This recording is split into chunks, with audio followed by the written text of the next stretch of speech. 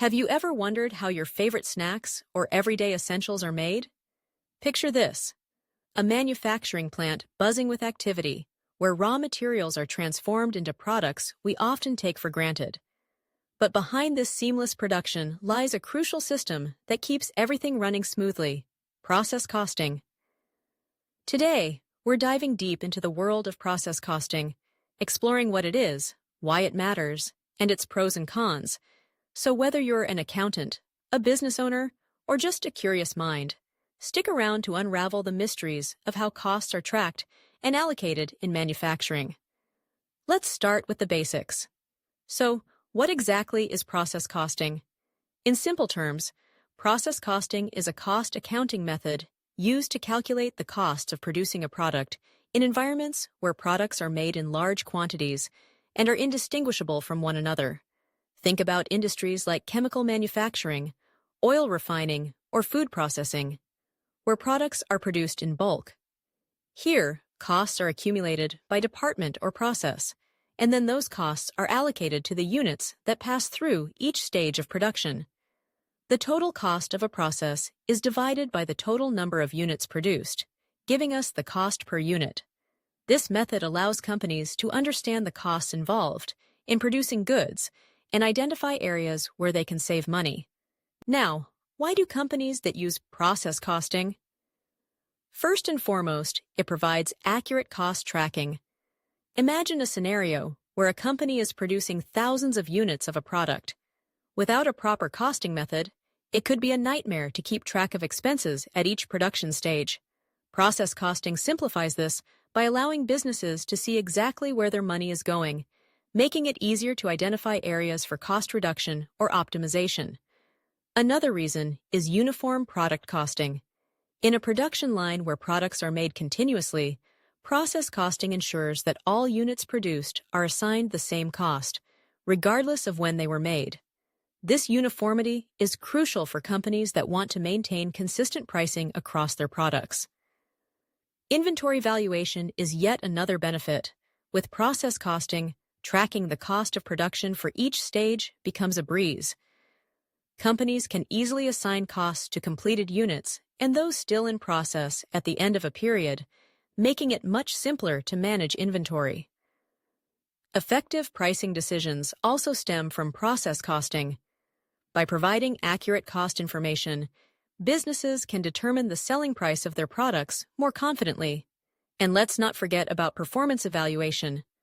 With detailed cost information available for each stage of production, companies can measure efficiency and effectiveness, which is vital for continuous improvement. Now, let's explore the different types of process costing. The first one is the standard cost method. This approach assigns predetermined costs to various stages of production based on estimates. It's particularly useful for companies that produce similar products regularly, as it allows for precise cost tracking and variance analysis. Next up is the weighted average method. This one calculates the average cost of all units produced during a specific period by dividing the total production cost by the total number of units produced. It's straightforward and works well for companies with consistent expenses. Then we have the FIFO method: first in, first out. This method assumes that the cost of the first units produced are assigned to the first units sold. So, if prices fluctuate, FIFO gives a clearer picture of the actual production costs, especially for companies dealing with products that have varying prices.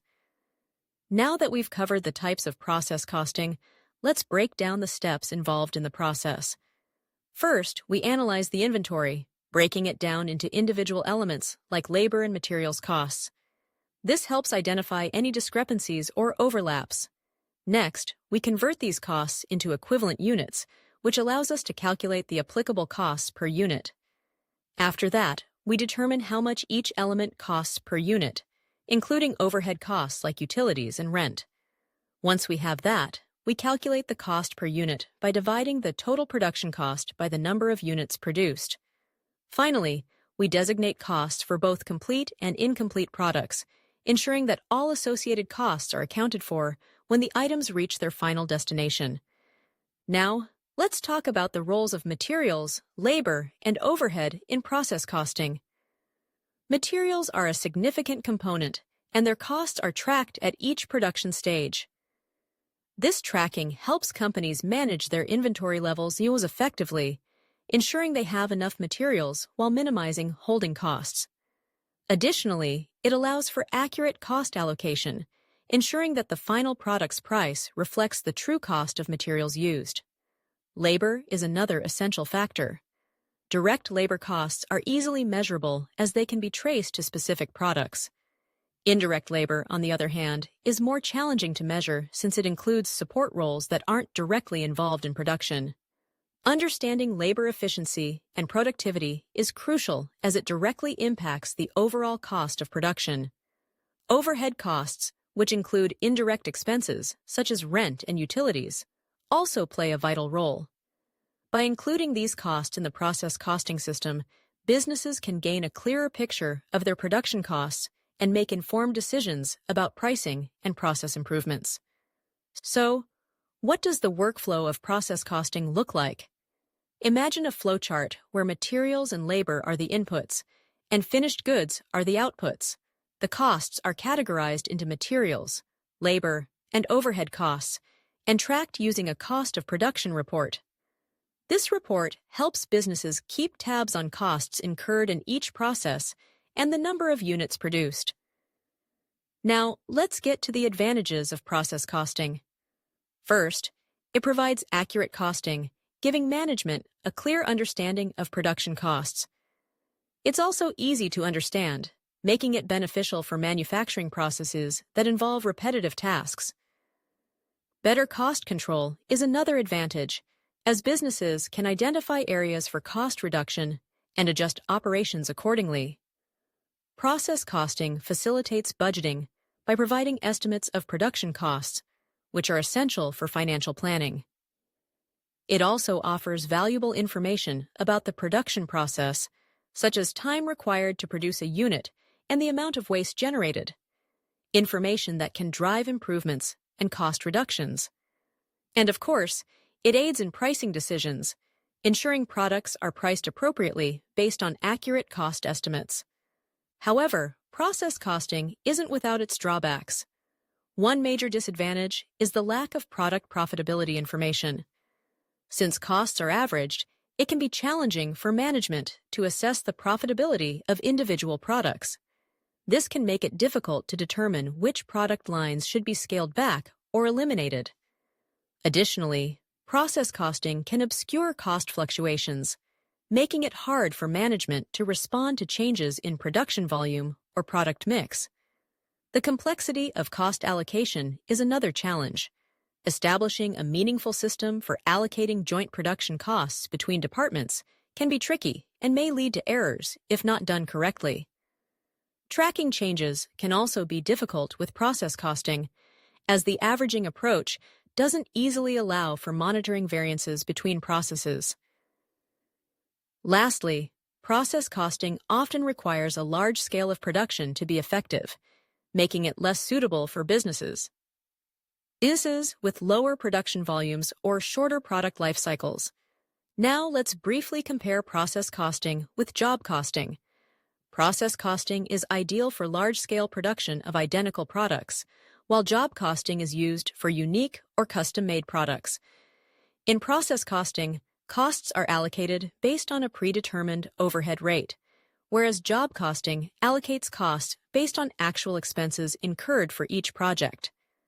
The time frame for process costing typically spans longer periods, while job costing is used for shorter projects. In terms of complexity, process costing is simpler due to its standardized production processes, while job costing can be more complex since each job may have different requirements. Finally, process costing generally provides a more accurate estimate of production costs, while job costing may vary based on specific job requirements. In conclusion, process costing is an essential method of accounting that helps businesses accurately determine production costs. It's particularly useful in industries where products are produced in large quantities and can significantly aid in identifying areas for cost reduction and efficiency improvement. While it boasts advantages like accurate cost information and informed pricing decisions, it also has its downsides, such as complexity and the need for precise data. Businesses must weigh the pros and cons carefully before implementing process costing, ensuring it aligns with their production needs. So, next time you enjoy a snack or use a product made in bulk, think about the intricate process behind its production and the costing methods that make it all possible. Understanding process costing not only sheds light on how products are made, but also equips you with valuable insights into the manufacturing world. Thanks for sticking with me on this journey into the realm of process costing.